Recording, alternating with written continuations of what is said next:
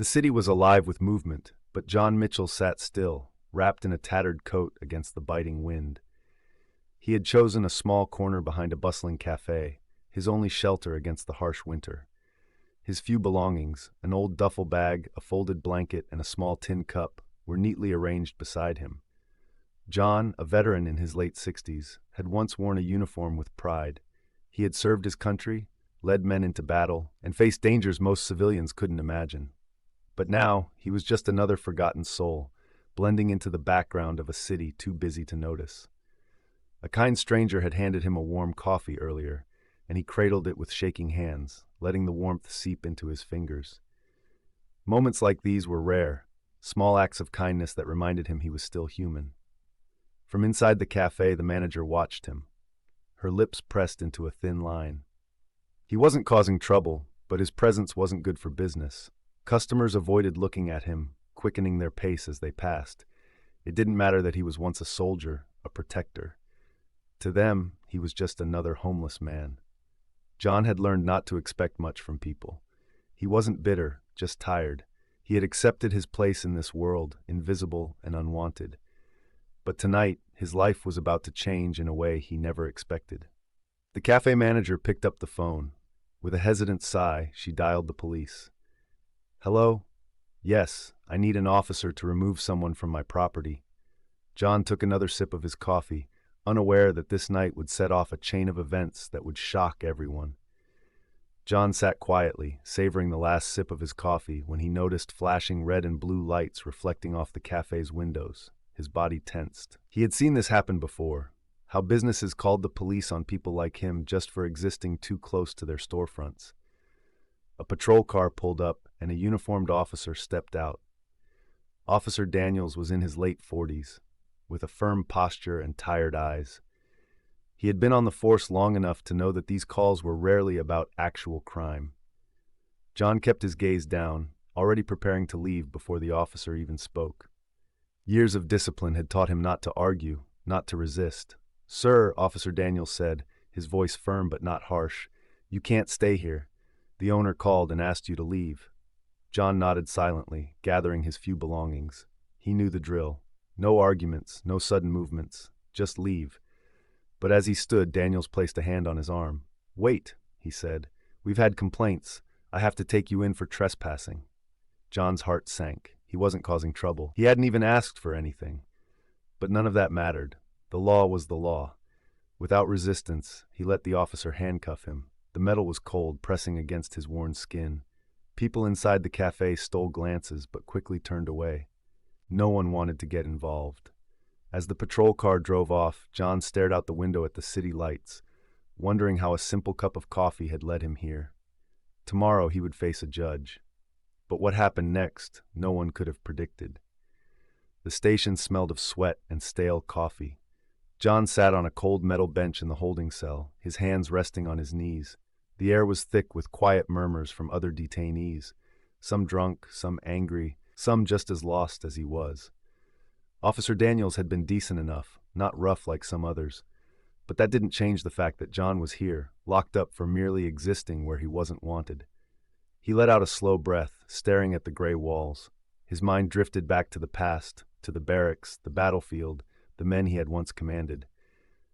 Back then, he had a purpose. He had a reason to wake up every morning. Now, he wasn't sure anymore. A younger officer walked by, glancing at the clipboard in his hands. "Mitchell John, trespassing charge, court date set for tomorrow morning." John barely reacted. It didn't matter. He had been through worse. A night in a cell was nothing compared to the cold streets. As the officer moved on, John overheard two cops talking near the front desk. "Another homeless case?" one muttered. "Man, these guys just keep piling up." The other sighed. "Yeah, but get this, he's a vet, served in the military." The first cop scoffed. "You'd think the government would take better care of their own." John closed his eyes. It wasn't the first time he had heard it. People always acted surprised, as if veterans couldn't be homeless. But reality didn't care about service. Tomorrow, he'd stand before a judge. What happened after that was anyone's guess. The next morning, John was escorted into the courtroom, his wrists stiff from the cold metal cuffs. The room buzzed with quiet conversations, attorneys flipping through paperwork, and the occasional shuffle of feet. John kept his head down as he was led to the defendant's seat. He could feel the weight of the courtroom's eyes on him, some filled with indifference, others with quiet judgment. To them, he was just another homeless man who had ended up here by his own mistakes. The judge entered, and the courtroom rose in respect. She was a middle-aged woman with sharp, calculating eyes. Her nameplate read Judge Eleanor Graves. "All rise," the bailiff announced. John remained still, waiting. He had learned long ago that hope was dangerous. Judge Graves sat down and began flipping through case files. One by one, defendants were called, their fates decided in mere minutes. Then she reached John's case. "John Mitchell," she called. John stood, his back straight, the discipline of his past life still ingrained in him. Judge Graves scanned his file, her expression unreadable, until she suddenly paused. Her eyes narrowed as she read a particular line again. For a moment there was silence. Then she lifted her gaze and studied him carefully. "Mr. Mitchell," she said, her voice quieter now, almost hesitant. "By any chance, were you in the 80th Airborne Division?" John blinked, his fingers curled slightly at his sides. "Yes, ma'am," he said. "That was me." The judge's lips parted slightly, as if she had just uncovered something incredible. The entire room seemed to hold its breath. Something had shifted, and John had no idea why. The courtroom fell silent. The air felt heavy as Judge Graves stared at John, her expression shifting from stern authority to something softer, something almost personal. She leaned back in her chair, tapping her fingers against the wooden bench. "Mr. Mitchell," she said slowly, "I need to ask you something important." John swallowed hard. "Yes, ma'am?" She took a deep breath. "My brother served in the 80th Airborne Division. He used to tell us stories about a man who saved his life, a soldier he called a hero." John's brows furrowed slightly, confusion creeping into his features. She continued, her voice tinged with emotion. "His name was John Mitchell." A hushed gasp rippled through the courtroom. Some people exchanged glances, whispers spreading like wildfire. John's heart pounded. His throat tightened. He had saved a lot of lives back then, but he had never thought it would matter now, in a courtroom, while facing trespassing charges. The judge's hands trembled slightly as she looked at him. "Are you the same John Mitchell?" John lowered his gaze. He had never seen himself as a hero, just a man who had done what needed to be done. But hearing it spoken like this, in front of so many people, made him feel something he hadn't felt in years. "I just did my duty, ma'am," he said quietly. "Nothing more." Judge Graves blinked rapidly, her jaw tightening. She turned to the court officers. "Clear the room of unnecessary personnel. I need a moment." Something had changed, and John had a feeling his life was about to take an unexpected turn. The courtroom doors closed, sealing the room in silence. Judge Graves took a deep breath, composing herself. Her sharp eyes scanned the file in front of her again, but it was clear. This wasn't just another routine case anymore.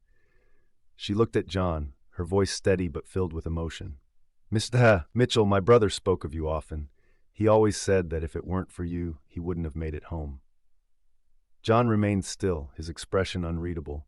Memories of war flickered in his mind. Gunfire, smoke, the weight of a wounded soldier on his back. He had saved many, but he had lost just as many. He never saw himself as a hero, only a survivor. Judge Graves exhaled, glancing at the prosecutors. "This man is a decorated veteran. He served our country with honor, and now he stands before me, accused of trespassing." Her voice was firm, laced with disbelief. The prosecutor shifted uncomfortably. "Your Honor, while we respect his service, the fact remains that—" Judge Graves cut him off. "The fact remains that we, as a society, failed him." She turned her gaze to the courtroom.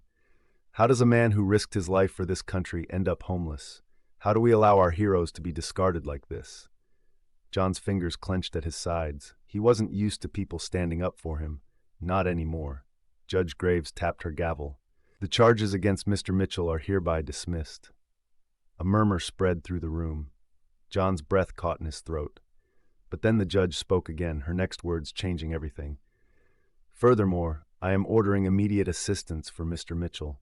Housing, counseling, whatever resources are available, he gets them."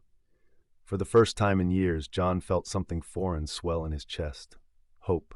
John stood there, frozen for a moment, his mind struggling to process what had just happened. The courtroom had been full of judgment just minutes before, but now the weight of the gavel had shifted the tide in his favor. The prosecutor was left stunned, and the whispers in the room grew louder. "Dismissed," John whispered to himself. He had never imagined such a turn of events. The judge's voice broke through his thoughts. "Mr. Mitchell, you've done more for this country than many can ever comprehend. It's time we do something for you." She turned to the court officers. "Arrange for him to receive immediate assistance. We have a duty to take care of our veterans." John's heart raced, a mixture of disbelief and gratitude. The world outside had always seemed indifferent to his struggles, but here in this room, the respect he had once commanded was being restored. As he was escorted out of the courtroom, a staff member from a Veterans Outreach program approached him. "Mr. Mitchell, I'm from the local Veterans Assistance Group. We've been notified by the court. We're going to help you." The officer guiding him nodded as he walked past. "You'll have a place to stay tonight, and we'll get you started with the right services." John nodded, his eyes momentarily welling up. For the first time in years, someone cared. He was taken to a shelter later that day. It was nothing fancy, but it had a bed, a warm meal, and people who genuinely listened to him. As he sat down in his small room, the reality of his situation began to sink in. He wasn't on the streets anymore. John had a chance now, something he hadn't had in a long time. He wasn't invisible anymore. The next few days passed in a blur. John went through intake forms, met with counselors, and began receiving resources that felt more like a lifeline than just routine paperwork. The shelter wasn't a mansion, but it was warm. It was safe. It was a start. John had spent so long surviving in the streets that the idea of having a place to call his own was overwhelming. He had been in constant motion for years, moving from one temporary shelter to the next, never staying long enough to put down roots. But now, with a bed in a room that was his for the time being, he started to feel something that he had long forgotten: peace. Each morning, he met with a counselor who helped him process the trauma of his past, his time in the military, the loss of his friends, and the years spent drifting. John had always kept his emotions locked away, but now, slowly, they started to surface. One afternoon, a fellow veteran approached him at the shelter. "You're John Mitchell, right? The 80th Airborne guy?" John looked up, surprised by the recognition. "Yeah, that's me." The man smiled, his eyes filled with respect. "Man, I remember hearing your name a lot back in the day. You were a legend. My uncle was in that division. He spoke of you." John shifted uncomfortably, not used to being praised. "I just did what needed to be done," he muttered, his usual response. But the man shook his head. "You're one of the good ones. You didn't just fight for your country. You fought for us. People like you, you're why we're still standing today." John didn't know what to say. No one had ever spoken to him like that in years. But something in his chest tightened. This was the first time in a long time that he felt like he belonged somewhere. This wasn't just a shelter. It was a community. And maybe, just maybe, he was starting to find his place in it. Weeks passed, and John's life began to settle into a routine. He attended therapy sessions, met regularly with other veterans, and slowly started to rebuild a sense of dignity that had long been stripped away. He still woke up each morning in disbelief that this was his new reality, that he had a roof over his head and a community that cared. But despite the warmth of the shelter, John's mind kept returning to the streets, to the life he had left behind. He thought about the cafe where it all started, the place where the police had been called on him for simply trying to seek refuge. It gnawed at him, that lingering feeling of being unwanted. One afternoon, as he walked through the city on his way to a meeting, he passed the cafe again. The old manager, who had once called the police on him, was outside. She spotted John almost immediately, her face showing a hint of recognition. She froze for a moment, unsure of how to approach him. John stopped in front of her, his gaze softening.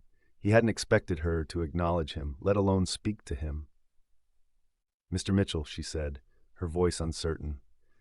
I just wanted to apologize. I didn't know who you were back then. I didn't know your story." Her words came out in a rush, as though the weight of the past few weeks had caught up to her. John studied her face for a moment. There had been a time when the bitterness of her actions would have boiled over in him, but now he just felt weary. "It's okay," he said quietly, offering her a faint smile. "I get it. You were just doing your job." The manager's eyes welled up with tears. "But I should have done more. I should have seen you as a person, not just a homeless man." John shook his head. "We all make mistakes. I'm not mad at you. I've had a lot of time to think about it. The past is the past." He turned to walk away, but stopped. "I just want you to know, I'm doing better now." The manager stood there, watching him walk off with a sense of quiet relief. For the first time in years, John felt no anger, no resentment, just a calm acceptance of the past and a quiet hope for the future. As time went on, John grew more comfortable with his new life. The shelter became a haven, and the veterans group provided him with a sense of purpose. He was no longer the forgotten man on the street. He had a voice, and people were beginning to listen. One day, John was invited to speak at a local community event honoring veterans. He wasn't sure why they'd picked him. He wasn't a politician or a celebrated war hero in the eyes of the public, but the invitation stirred something deep inside him. Perhaps it was a way to give back. Perhaps it was a chance to share his story, to make people understand what life was like for veterans like him. Standing backstage, John's nerves twisted in his stomach. He was a soldier, but public speaking was never his strong suit. But then he thought about the young veterans he had met at the shelter, the ones who were just starting to navigate civilian life.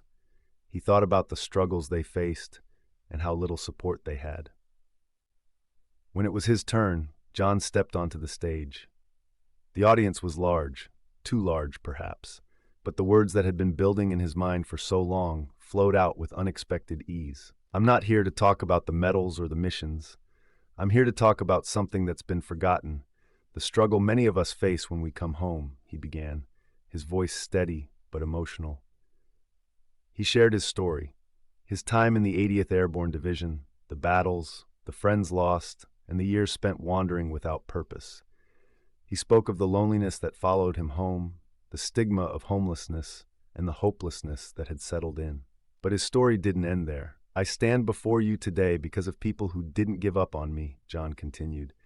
"Because of programs like the one that helped me find a roof over my head. Because of veterans who supported me when I thought I had no one left. And because, no matter how hard it gets, we never give up on each other." The room was silent for a moment, and then the applause came, a slow, steady wave of recognition. It was the first time John had ever felt truly seen. He had not only shared his story, he had sparked something in the people listening, a call to action to support veterans in their own communities. As John walked off the stage, a woman approached him, offering a handshake. "Thank you for speaking out," she said, her eyes filled with admiration. "Your words, they made a difference." For the first time in a long time, John felt like he was part of something bigger than himself. The days after the event were filled with new opportunities for John. The speech had made waves in the community, and soon he was receiving offers to help with local veteran outreach programs. For the first time, his life seemed to be moving forward, and he was no longer just a survivor of his past, but an active participant in shaping the future. It wasn't just about the recognition anymore. It was about making a real difference.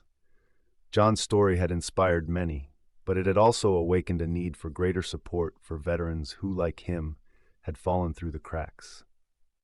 As he began volunteering at local shelters and veterans groups, John met more men and women who had faced the same battles. Some were fresh out of service, still adjusting to civilian life, while others were longtime veterans who had been forgotten by the system. Together they shared their stories and began to form bonds of brotherhood that transcended their struggles. John found peace in helping others, in guiding younger veterans who were just starting to navigate the challenges of life after service. His experience had taught him that healing wasn't just about receiving help, it was about giving back.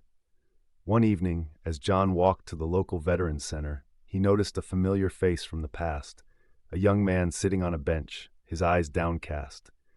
John's heart sank as he recognized the look in the young man's eyes.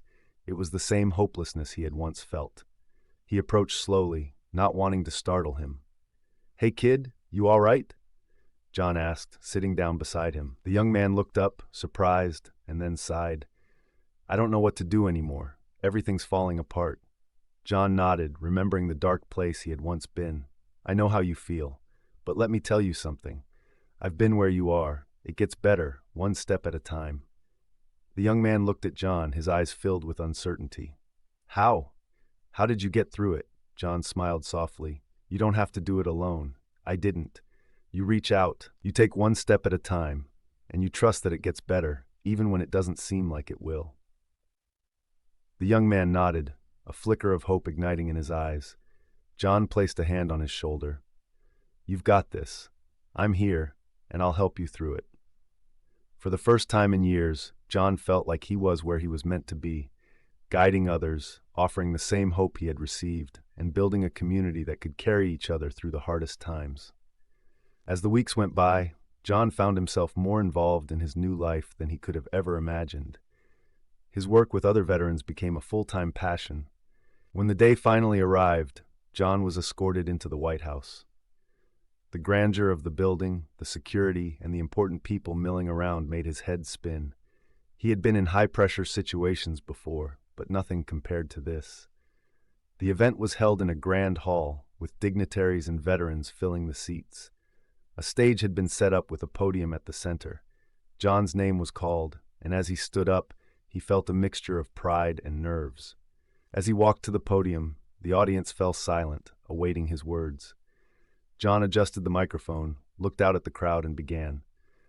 Good afternoon, he started, his voice steady but filled with emotion. My name is John Mitchell, and I stand here today not just as a veteran, but as a survivor of a system that forgot us. The words flowed easily as John spoke about his journey, his time in the 80th Airborne, the hardships he faced after returning home, and the struggles that so many veterans continue to endure. He shared the pain of being invisible, of feeling like a forgotten hero. But he also spoke about hope, the support he had received, the organizations that had helped him find a new path, and the veterans who had stood by his side. He spoke of the need for real, lasting change. We need more than just words and promises. We need programs that truly support veterans. We need a system that understands the unique challenges we face when we come home, and we need each other. The audience listened intently, and John could feel the weight of their attention. His words were resonating. And most importantly, John continued, his voice growing stronger, we need to remember that we're not just veterans. We're fathers, mothers, sons, and daughters. We are people, and we deserve a chance to rebuild our lives, just like anyone else. There was a long pause after his speech, and then the room erupted into applause. The recognition was overwhelming, but for John, it wasn't about the applause, it was about the message being heard. For the first time, he felt like his voice mattered. As he walked off the stage, he was greeted by several people, including some of the event organizers. One of them, a woman in a suit, looked at him with a proud smile. Mr. Mitchell, that was an incredible speech. You've inspired so many people today. John shook his head, still processing the enormity of the moment. Thank you. But the real heroes are the ones still out there struggling. I just hope my words can help bring about real change for them. And with that, John Mitchell left the White House, knowing that his journey was far from over. But for the first time in years, he felt hopeful for the future. The speech at the White House became the catalyst for something much bigger than John had ever imagined. The impact of his words spread far beyond the walls of that grand hall. Media outlets picked up the story, and soon John was receiving messages from veterans, families, and even strangers who had been moved by his message.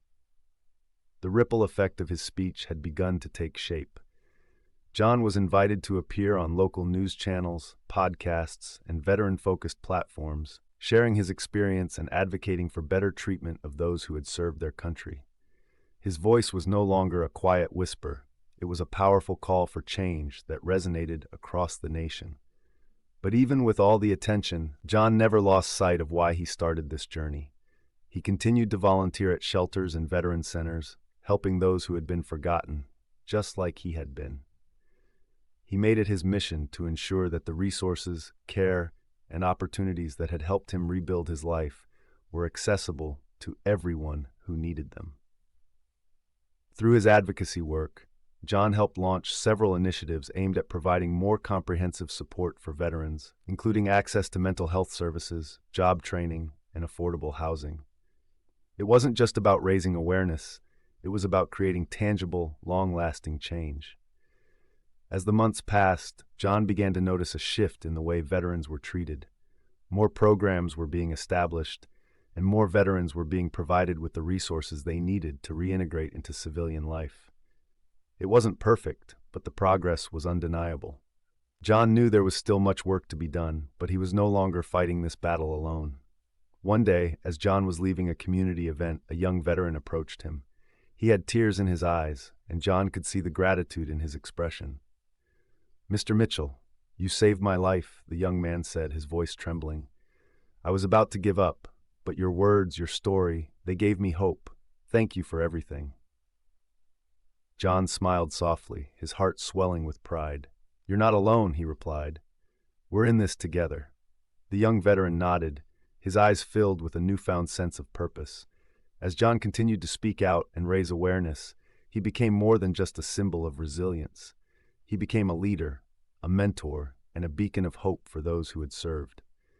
His journey, once filled with darkness, had come full circle, and now he was lighting the way for others. John Mitchell had found his true calling. His story wasn't just about overcoming personal struggles. It was about lifting others up and ensuring that the sacrifices of veterans were never forgotten. And as he stood at the podium one more time, speaking to a room full of veterans and supporters, he knew the fight was far from over.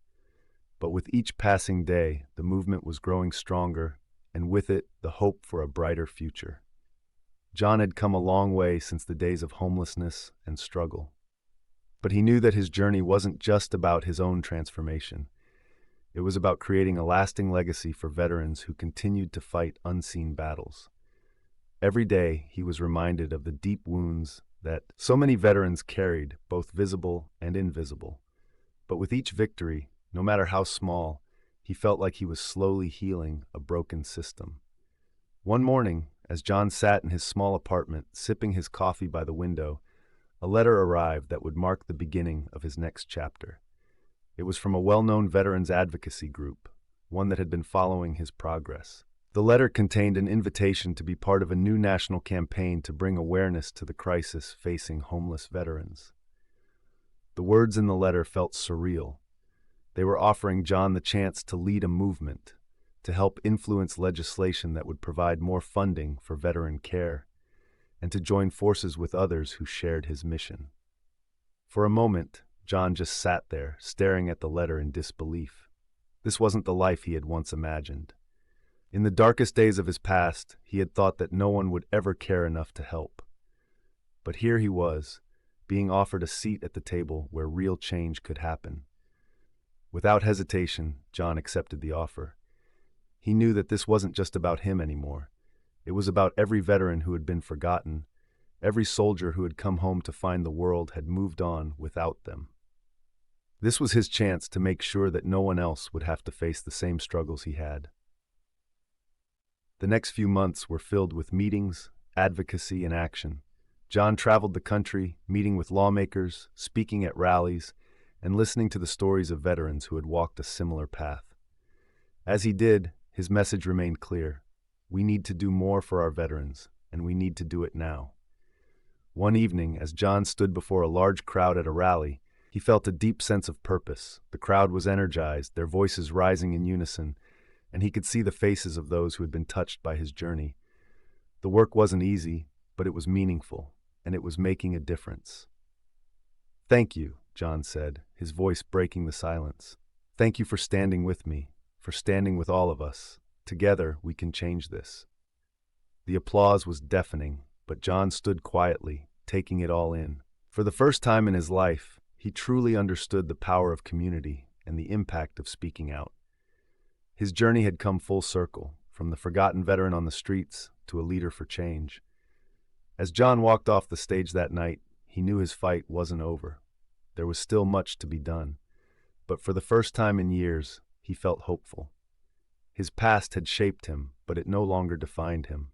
He had found his purpose, and with it, the strength to continue fighting for a future where no veteran would ever be left behind again. And so, as the years went on, John Mitchell continued to lead, to speak, and to fight. Not for himself, but for the heroes who had served and who needed a voice. He had finally found his place in a world that had once forgotten him. If John Mitchell's story has inspired you, don't let it end here. Join the movement to support our veterans, those who have served and sacrificed for our freedom, only to return home and face an uncertain future.